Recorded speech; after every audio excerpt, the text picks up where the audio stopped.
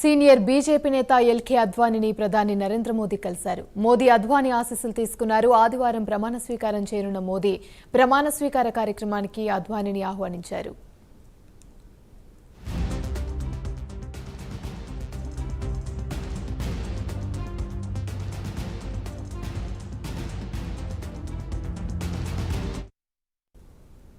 Senior BJP నేత LK అద్వానీని ప్రధాని నరేంద్ర మోదీ కలిశారు. మోదీ అద్వానీ ఆశీస్సులు తీసుకున్నారు. ఆదివారం ప్రమాణ స్వీకారం చేయనున్న మోదీ ప్రమాణ స్వీకార కార్యక్రమానికి అద్వానీని ఆహ్వానించారు.